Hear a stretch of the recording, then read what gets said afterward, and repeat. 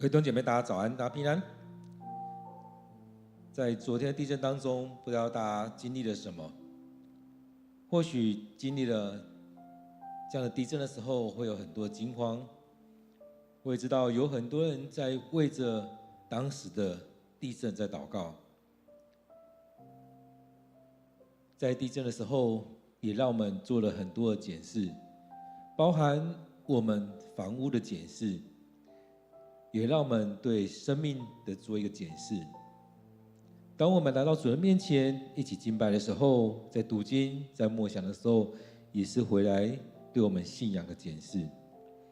当我们面对这许多事情的时候，也让我们回到上帝面前来经历这一些，将自己的生命交在上帝的手中。当我们在看列王记的时候，也在看这亚多尼亚，也在看这所罗门，看大卫，看这许多的人，他们怎么样来处理这许多事情，照着上帝的想法，还是人的想法？今天4月4日，让我们一起来到主的面前，我们要一起来敬拜，要一起来领受。愿上帝的恩典与我们同在，因我们所信的这位上帝是信实的神。愿这位上帝带领着我们。祝福在我们当中，我们当将所有事情仰望在他手中。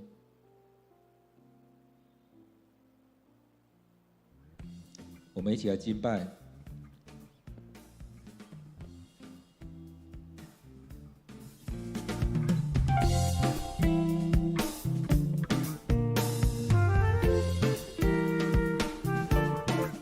信实的神，你永远不改变。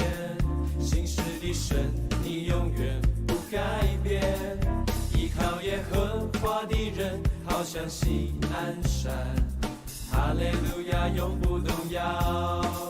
信实的神，你永远不改变。信实的神，你永远不改变。依靠耶和华的人，好像西安山。哈利路亚，永不动摇。永不改变，不落空。众山怎样围绕耶路撒冷，耶和华也照样围绕我们，从今世直到永远。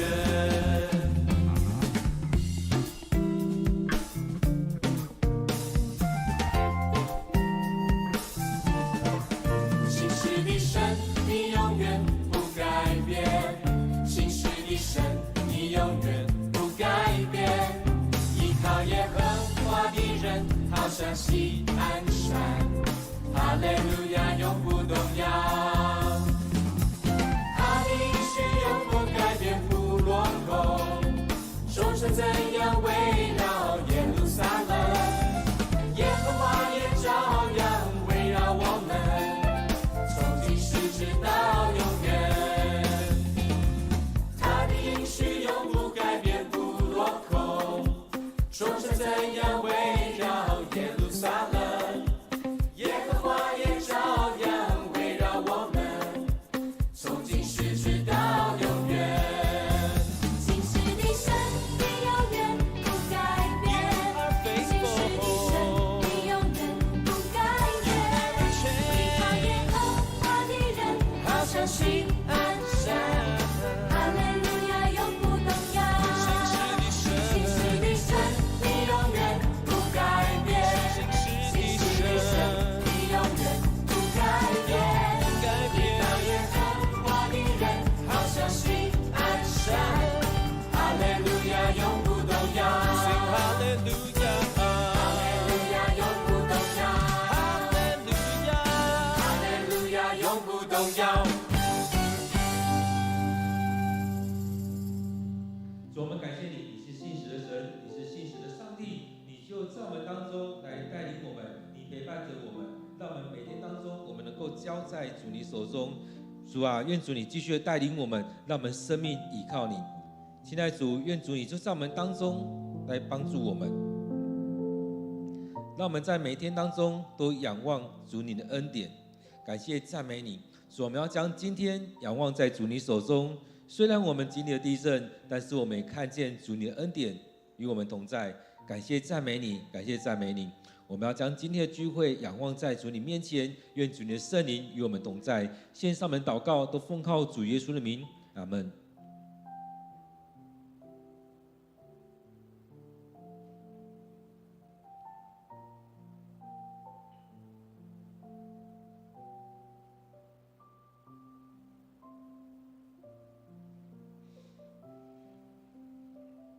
大家平安，愿上帝的平安与我们同在。今天4月4日，我们要读的经文在列王记上第1章第38节到第53节。列王记上第1章第38节到第53节，让我们一起来读今天的经文，一起来默想领受今天的经文。于是撒督祭司、拿单先知、耶和耶大的儿子比拿雅和宫廷侍卫队请所罗门骑上大卫王的骡子，护送他到基训水泉旁。撒督从安放约柜的圣幕里带来一个盛满了油的角来膏立所罗门。于是他们吹号角，人民都欢呼：所罗门王万岁！然后他们都跟着所罗门回来，一路欢呼，并且吹着笛子，声音大得连地都震动了。亚多尼亚和他的宾客刚结束他们的宴会，听到了这声音。约押听见吹号角的声音，就问：城里发生了什么事？那么大的声音是什么意思？他们话还没说完，亚比亚他祭司的儿子约拿单就到了。亚多尼亚说：进来，你是好人，你一定是带来好消息。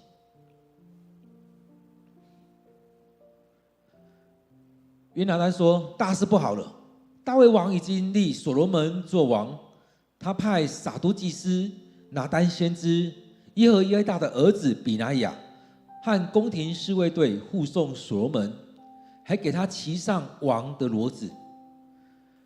撒督和拿单在基训水泉旁膏立他做王，他们护送他进城，一路欢呼，人民都轰动。那就是你刚刚听见的声音。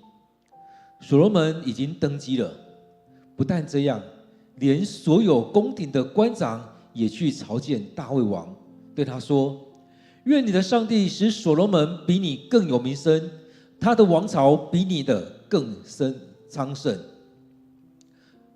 大卫王在床上匍匐敬拜，祷告说：赞美上主，以色列的上帝，他今天使我的一个后代继承我的王位，又使我活着亲眼看见这事。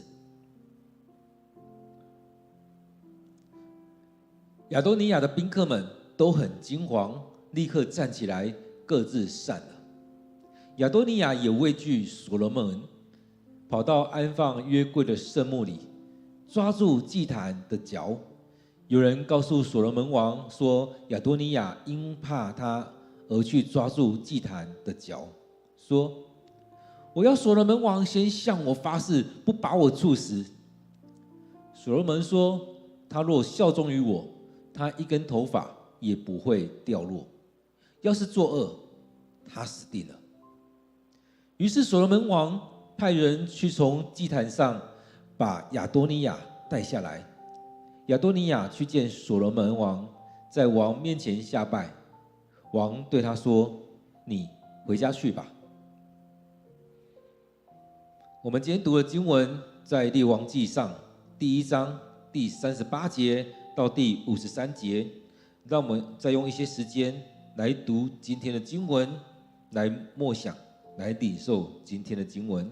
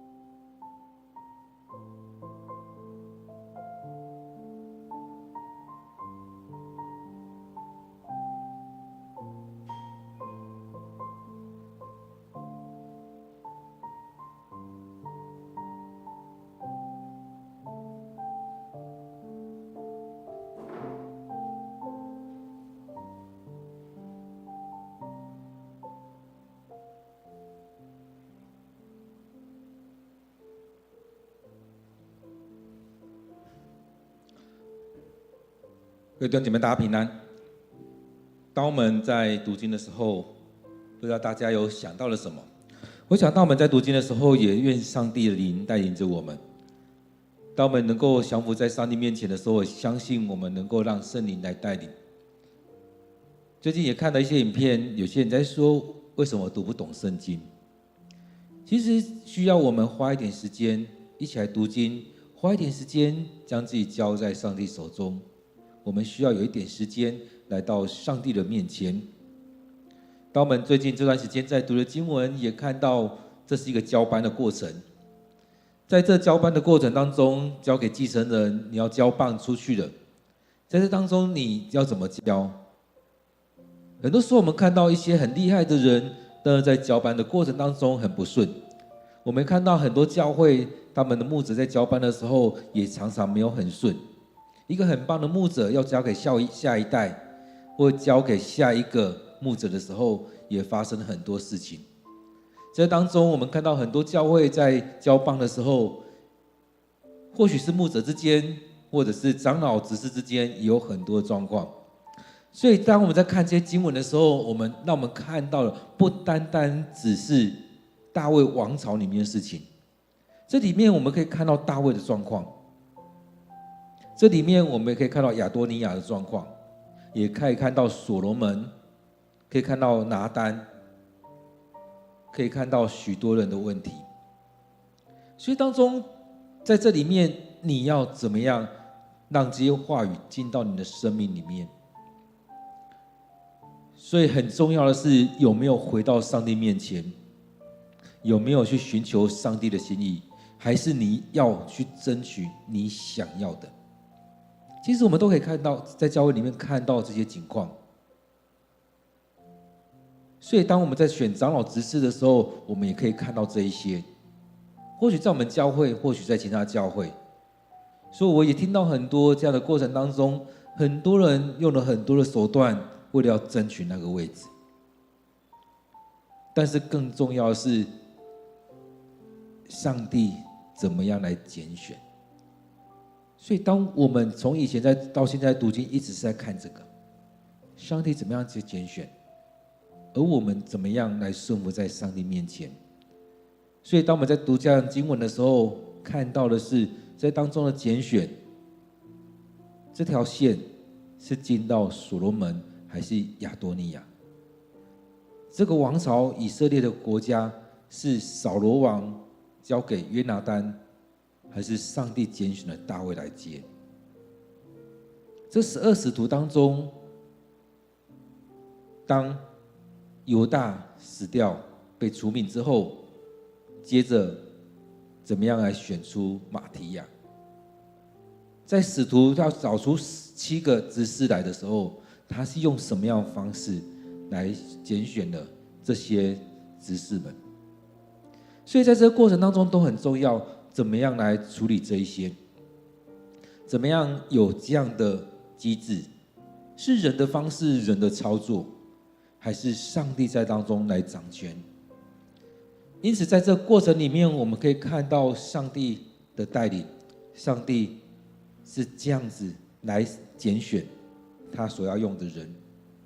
今天的经文在列王纪上1章第38节到第53节，这段经文讲到说，撒督祭司、拿单先知、耶和耶大的儿子比拿雅和宫廷侍卫队请所罗门骑上大卫王的骡子，护送他到基训水泉旁。这样的过程其实也是后来应该说前面大卫所交代的。而在当中前面还有一段是我们前2天所读的经文，在前面所记载里面提到了，当先知拿单知道这样的事情的时候，知道亚多尼亚要登基做王，他自己要自称为王的时候，找了一些人去，所以他跑去跟拔示巴讲，所以也讲好拔示巴先去找大卫王，然后他再来接着来跟大卫王说。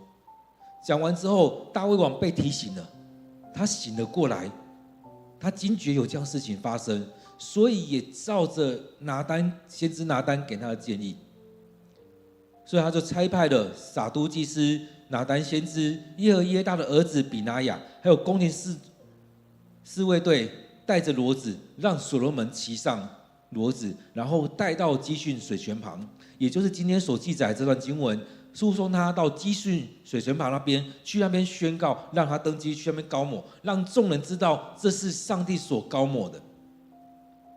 所以在这过程当中非常的重要，撒都祭司他是代表了信仰上要膏抹他的。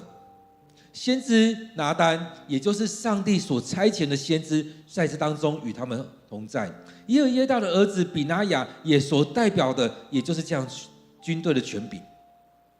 而骑上大卫的骡子，也就是要坐上大卫的位置，是大卫在骑的，也将这样的坐骑交给了他。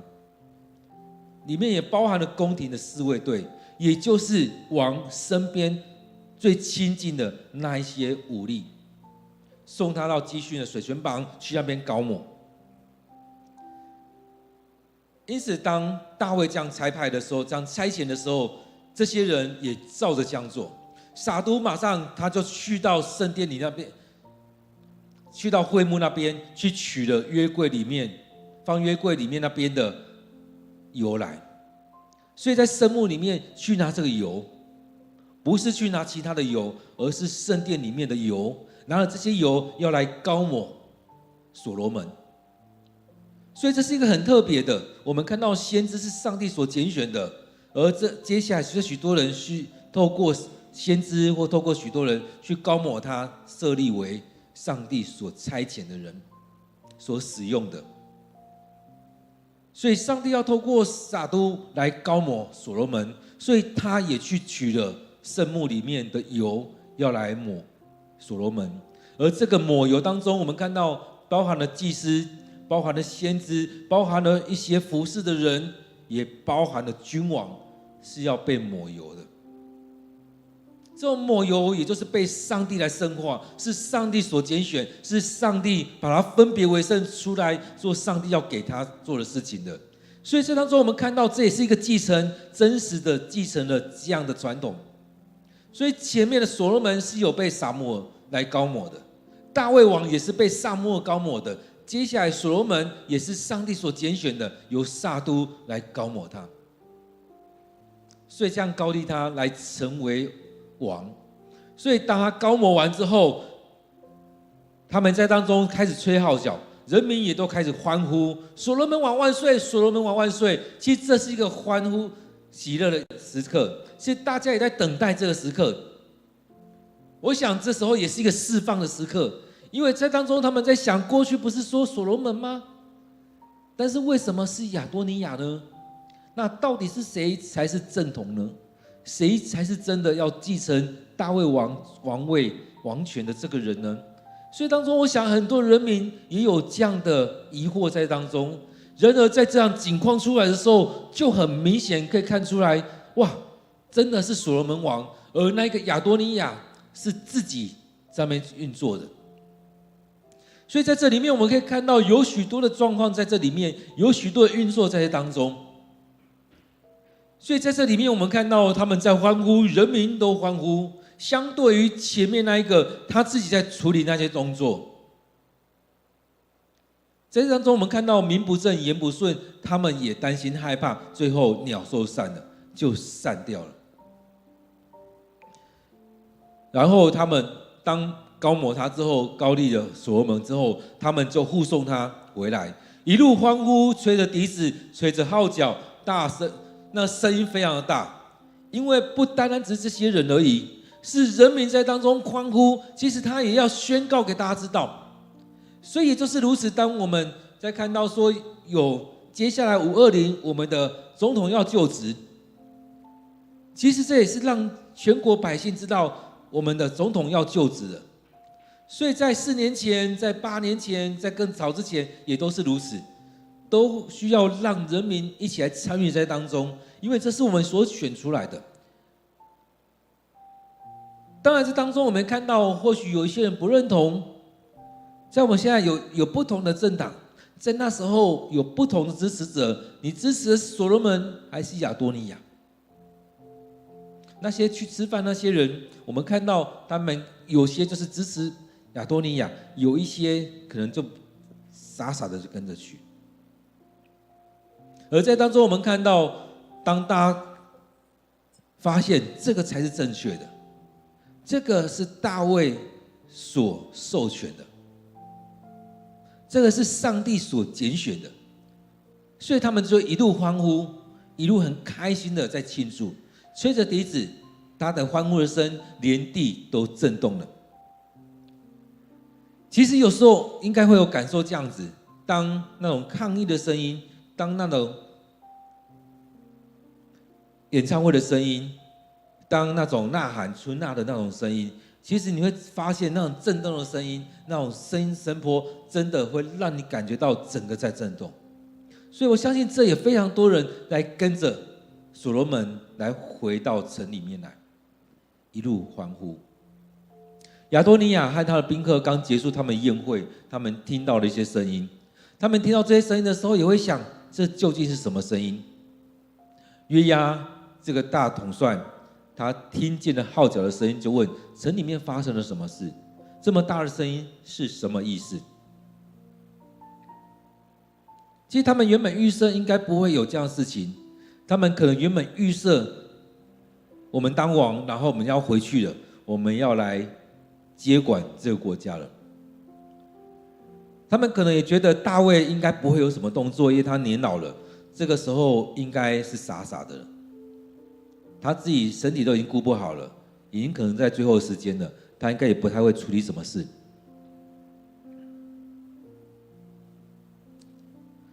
所以当亚多尼亚这样开始在处理这些事情的时候，当约押他们一起参与的时候，当他们一起去处理这些，会发现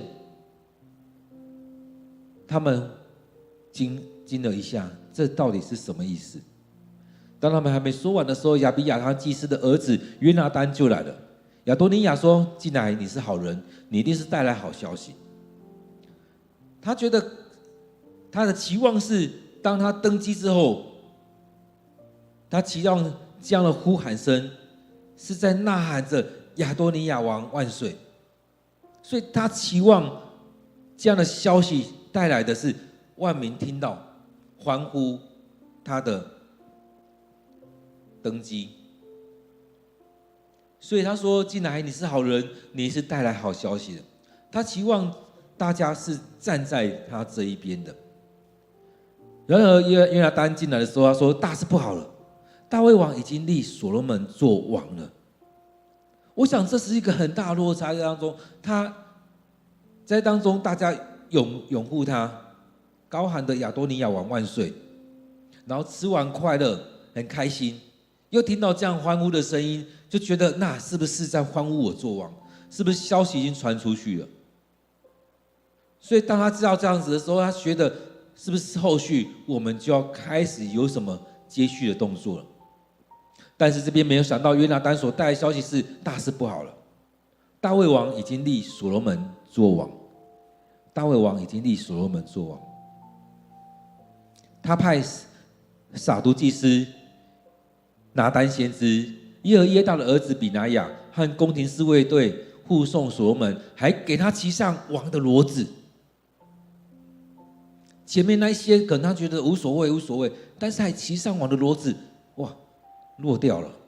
对他来讲，他是少了这个，他没有王的骡子，这不代表了他真的所罗门真的是上那个大卫王所设立的、所交棒的那一个，连他的骡子都给他，连宫廷侍卫队都出动了。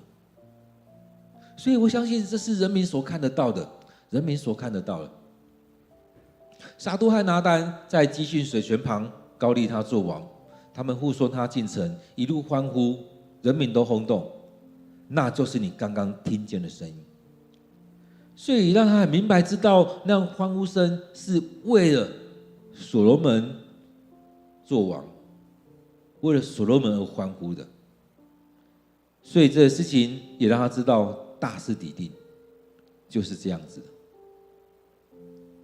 这时候也没办法再做什么，他手边没有太多的军权了，他手边没有那种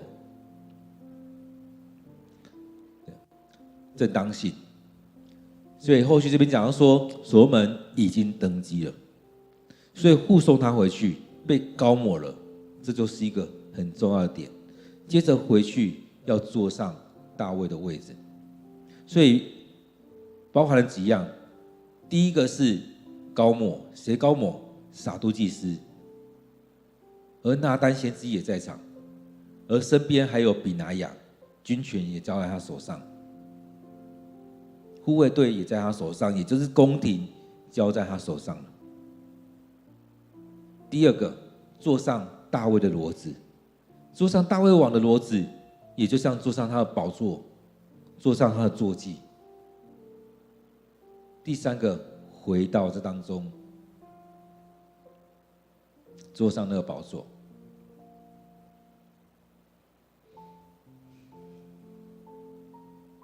所以这边讲到说登基了，所罗门王登基了，不但这样，连所有宫廷的官长也都去朝见大卫王。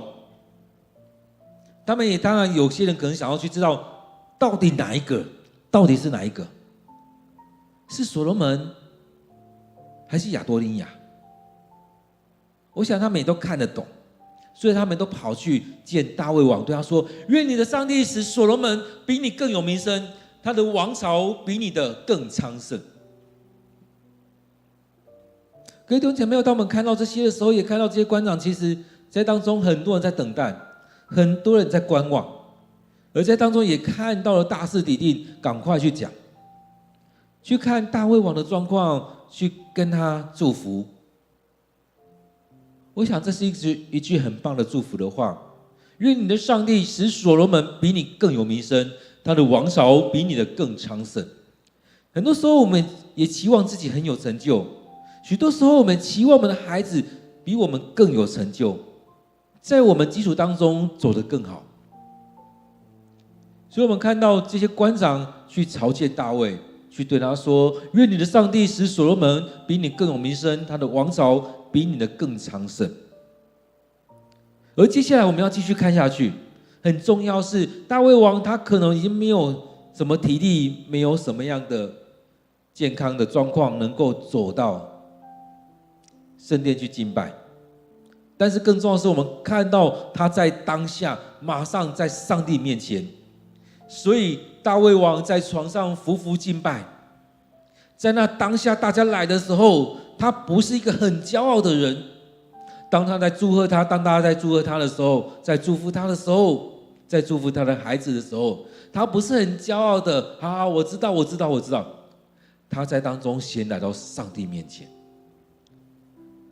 所以当我们常在看大卫的时候，从之前我们去年在读撒母耳记看到大卫的情况的时候，到现在，虽然我们看到大卫会犯错，但是更重要的是我们看到他是一个敬拜上帝的人，他是一个敬拜上帝的人。所以在面对这样的事情的时候，他是来到上帝面前，他赶快的先来到上帝面前，虽然不是去到会幕当中，但是他就在他床上敬拜，匍匐的敬拜，可能就是跪拜或趴拜在上帝的面前，他在那边敬拜上帝。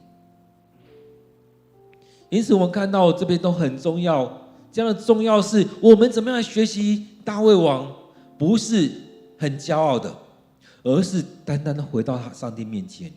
这边讲到说，大卫就来到上帝面前匍匐敬拜，然后向上帝祷告说：赞美上主以色列的上帝，他今天使我有个后代继承我的王位，又使我活着亲眼看见这事。我想这是一个敬拜，这是一个祷告，这也是一种悔改，因为他没有做好的处理。他原本可能就觉得就这样子会顺理成章的下去，然而在当中我们看到他来到这边来敬拜上帝，他也向上帝祷告，也将这些摆在上帝面前。所以他也说：赞美上帝以色列的上帝，他今天使我有一个后代继承我的王位，又使我活着亲眼看见这件事。很不容易，在当中能够活着看见。其实有时候我们不一定会看见孩子继承我们的家业，但是有时候我们很开心，有些人会觉得哇，很高兴看到我孩子结婚，看到我孩子的孩子出现的，也就是我的孙子，甚至有人很开心看到曾孙。所以当中我们一步一步的在当中去领受这一些，而我在这许多的恩典当中，我们有没有立刻的来感谢上帝？就像昨天的情况当中，我们有没有立刻的来到上帝面前来祷告？当我们平安的时候，我们有没有马上来到上帝面前来感谢上帝的保守？在当中我们看到台湾有很多的房子都有状况，我们看到教会的房子建筑也有点状况，但是我们感谢主，我们平安，我们是平安的。当然我们不只为着自己的平安来感谢上帝，我们要持续为着这个世代，为着许多受灾户，不管是死去的、受伤的，现在或许还有一些受困的，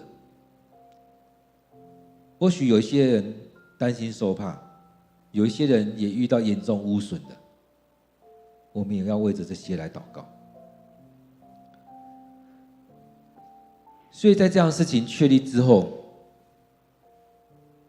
我们看到亚多尼亚这边的情况就很糟糕了，这些宾客就很惊慌，他们害怕被秋后算账，所以这些宾客赶快站起来，各自散了，不要留我，我不参与在当中，到时候不要算我一份了。很多人赶快跑，赶快离开，大家没看到我最好，到时候被所罗门王秋后算账怎么办？很多人害怕，当然已经吃完饭了，赶快离开，各自散了。我想有很多人是这样很担心，很多做坏事的人，很多在当中处理这些事情的人，很多都很害怕。亚多尼亚也很畏惧所罗门，他害怕，所以他赶快来到上帝面前求上帝的怜悯，所以赶快跑到安放约柜的圣幕里面去抓住祭坛的脚，期望有那特别的恩典来临到他，求上帝赦免他所做的。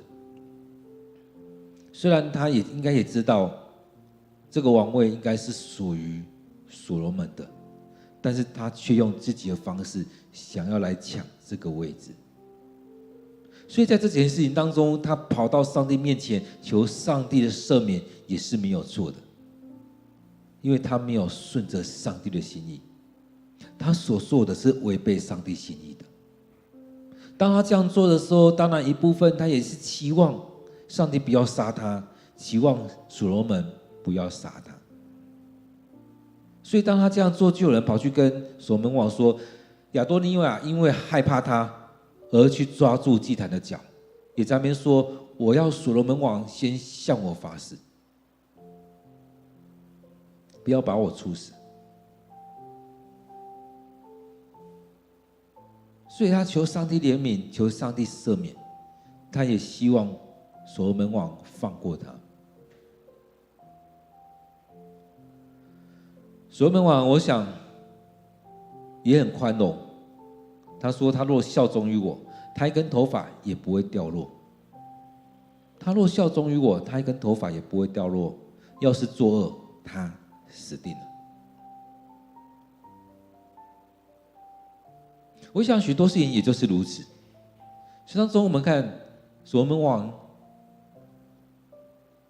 这样说的话的时候，是愿意放过他的。他说若愿意效忠于我，他一根头发也不会掉落。要是作恶，他死定了。所以所罗门就派人去祭坛上把亚多尼亚带下来，亚多尼亚去见所罗门王，就在王的面前下拜。我们看这样的姿态，也就是像所罗门王说的，若效忠于我，所以他对他下拜，也就是一种臣服，也就是一种愿意臣服于他，愿意效忠于他。所以在这个时候，所罗门王是放过他的。所以在这整个事件当中，让我们看见的是，我们常常用人各种的方式去夺取一些东西，而这些是属于你的吗？不尽然。当你去夺取的时候，我们就看上帝怎么出手，我们就看上帝的惩罚怎么样临到。当然，有些人会回到上帝面前来求上帝的赦免。其实很多时候我们明白了，上帝在当中在出手，在处理这一些。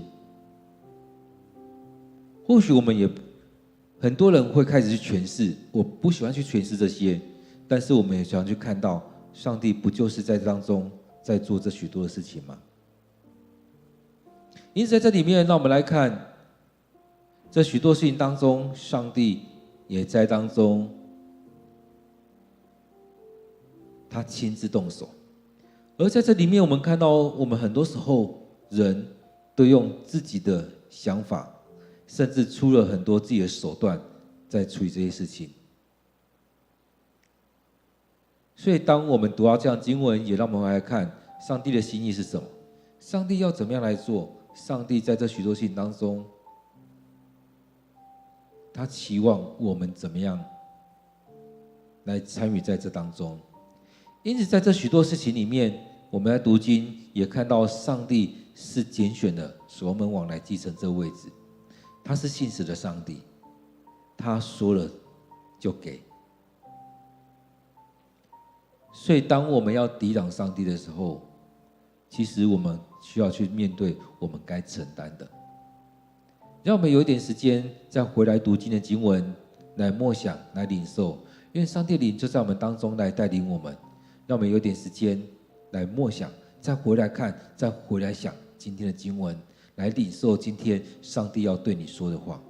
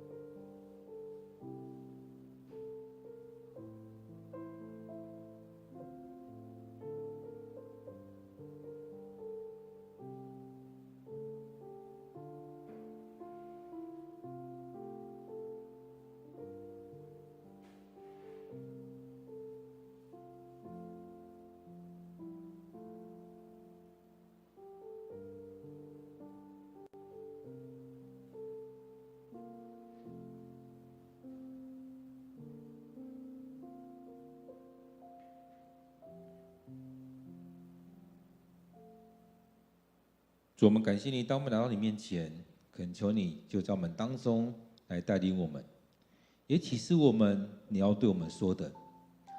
主，当我们来到你面前，恳求你带领我们，让我们生命当中去经历你。